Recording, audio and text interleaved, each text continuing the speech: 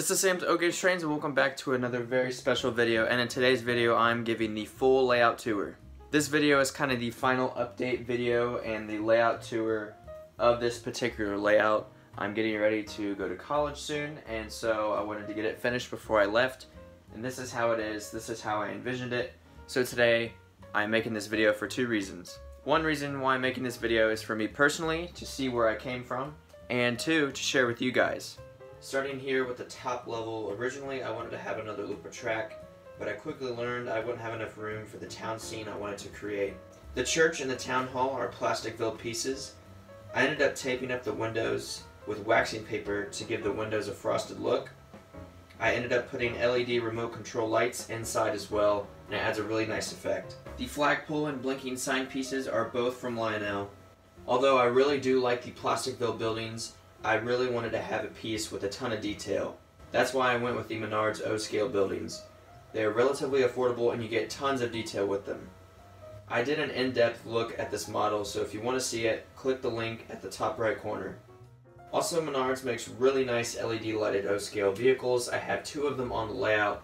These pieces add lots of life to any town scene and I highly recommend them. The figures and the ground cover I had collected over various years, and I put them all on the layout. I just used what I had. Same thing with the trees. For the ground cover, I ended up painting the board brown, and as the paint was drying, I applied the green ground cover. For the paths and the rock paths, I did the same thing. I just put some ground cover, and then I actually put scenic cement over the top. So it worked out okay. There are some lumps you can see where the scenic cement dried, and the rest has faded away or has spread on the layout, but that's what I would take away from it, is I need to allow the paths first before I just put a coat of ground cover at the bottom. There's so many different ways to do scenery, but this is the way that I chose. The roads are actually cardboard pieces of paper that I cut out, and then what I did is I got a textured spray paint and I just spray painted over the top. Turned out really well, and it only cost me about 10 bucks for the spray paint. Overall, the town turned out really well. It blew my expectations out of the water. My favorite part of the town is the caboose display. I actually had a caboose up there one time for temporary storage, and I realized it would be a cool display piece for my park scene that I wanted to create. Obviously, I will still add some more pieces along the way over the next couple of years, but as of now, this is how I envisioned it, and this is pretty much done. Moving on to the mountain, I haven't really talked about this piece because this was done by the time I started my YouTube channel. The mountain foundation was a 4x8 sheet cut up and arranged into a mountain shape. To finish the mountain shape, I used old newspaper along the sides, covered it with homemade paper mache, and then painted it. The middle was painted in a brown color and covered with green grass dust. I used a unique combination of supplies to paint the rock faces of the mountain. I used isopropyl alcohol and 1 to 2 drops of black indica ink mixed together. I applied the mixture freely to create something that would look natural. The mountain was then sprinkled with green ground cover. I wish I would have added more paper mache because some of the layers have started to peel. The mountain is supposed to resemble the Black Hills of South Dakota.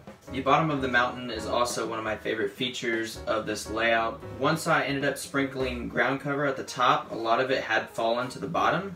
And then what I did is I took some rocks and mulch from my driveway and I sprinkled it at the bottom. This is supposed to resemble rocks flying off the mountain or trees falling down or something to that degree. Again, like I said before, I'm just using the various resources I had at home and stuff around me to create something really cool. Let's go ahead and talk about the yard area now. When I originally created this layout, I wanted to have enough room to run 2 trains, but also have a little bit of functionality and accessories incorporated into the layout. The first thing I did is I allowed space for a siding to have the Lionel icing station. This piece is really cool, is that with the press of a button you can put some ice cubes in a boxcar. The reason why I wanted to have an accessory on the layout is so when guests come to visit the layout, there's something to do other than just watch trains. This turned out really well, as I do have a lot of figures and vehicles here now. Here I have 3 little Hot Wheels type cars that I've found around the house. I do have some O-Scale figures walking around. There is a person lifting some barrels. I would like to find a semi-truck and O-Scale with like a refrigerated trailer, so that way I could have some figures loading ice cubes into the refrigerated semi-truck. Moving along, here is the milk stand and the coal dump station. Originally, I had the coal dump station over here, and I did have a piece here to incorporate that with, but I decided the piece that I got with the milk stand also works for this as well. So I just put two together, save some space, save some room, and I can add a little bit more stuff over there now. I did a video of this where I installed it and showed you guys, so go check it out. It'll be on my YouTube channel or in the top right corner. Another idea I had with the layout is I really wanted to have a passenger station of some sort. I do like the passenger stations, and I do like passenger trains, so I knew I needed to have it on the layout some way, shape, or form. What I've done here is I've just had a little station platform, and I added some O-scale figures. I did have an extension at one point, but then I added the milk accessory and the coal dump. Along the track, I do have some of these little door signals that I've kind of glued into place here, and this little control panel here.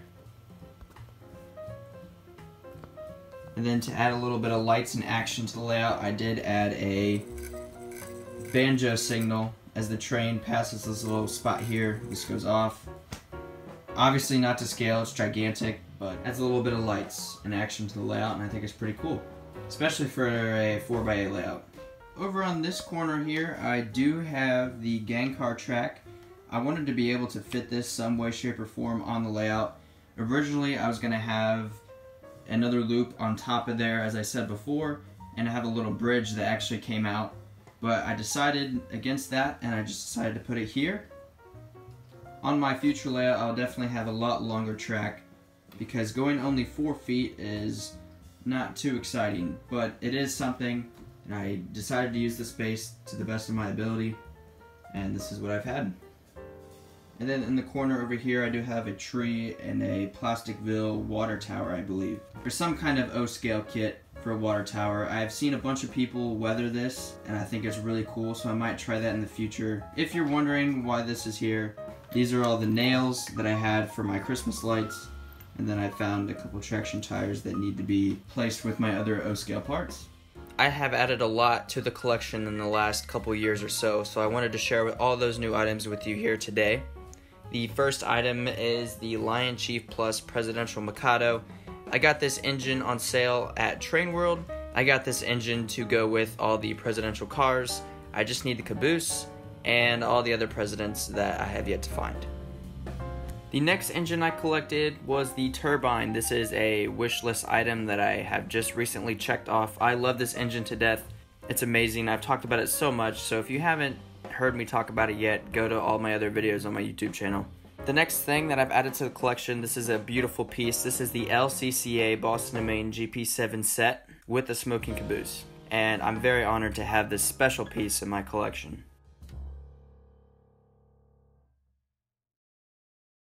Another item that I've recently picked up is the post-war Boston & Maine set. This is a beautiful set. I've talked about it before in my post-war roster video, so if you haven't seen that yet, go check it out if you want to hear me talk about it more. Another engine that I've recently picked up, this is a very special locomotive to me. I have always adored the Daylight. This is the Southern Pacific Daylight by Lionel during the MPC era. It runs beautifully. I love the whistle, I love the sounds, and I like these types of engines. You will definitely see this engine run at the end of this video. I've also picked up various pieces of rolling stock. The first one that comes to mind is the Union Pacific reefer car with exquisite detail. I also have a Norfolk and Western Maxi Stack set. I also have 2 Santa Fe reefer cars, a Virginian icebox car, so now I have 2 icebox cars for the icing station.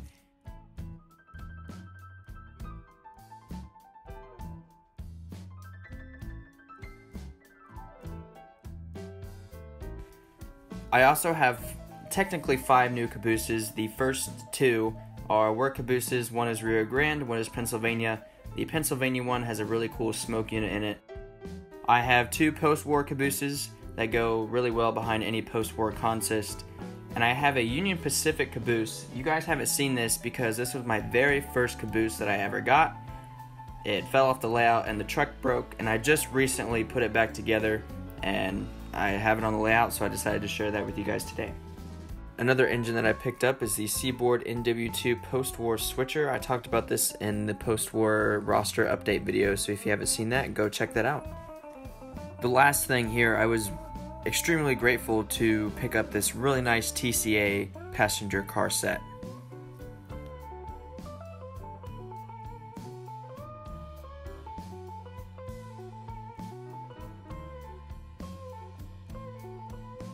So that is it for my 4x8 O-scale layout. I'm sorry it's not much of a tour. It's only 4x8, but it has a lot of stuff going on with it. So really hope you guys enjoyed the video. If you want to see all the progress that comes in the future with this layout and probably a new layout in the next 5 years or so, please make sure to subscribe. This channel will still be active. I will still post all my train stuff on this channel. This is only just the beginning. So I'm going to go ahead and run some new trains that you guys haven't seen yet. The Southern Pacific Daylight. Alright, so thank you for watching. I really hope you guys enjoyed the video. Please make sure to check out all my other videos on my YouTube channel. Please make sure to go ahead and check out me and RJ's ongoing project called the Model Train Talk Podcast. Each week we interview different people about what they're doing in the hobby, or me and RJ and a guest just discuss trains. Great time. Go ahead. It's on Spotify as well, so if you are driving in the car or working on your layout and you have Spotify, you can go ahead and download it, or also you can listen to it YouTube. We do have a YouTube channel as well, so go check it out at the top right corner. Alright, so I'm going to go ahead and run some trains for you guys, and I will see you guys in the next video or the next podcast.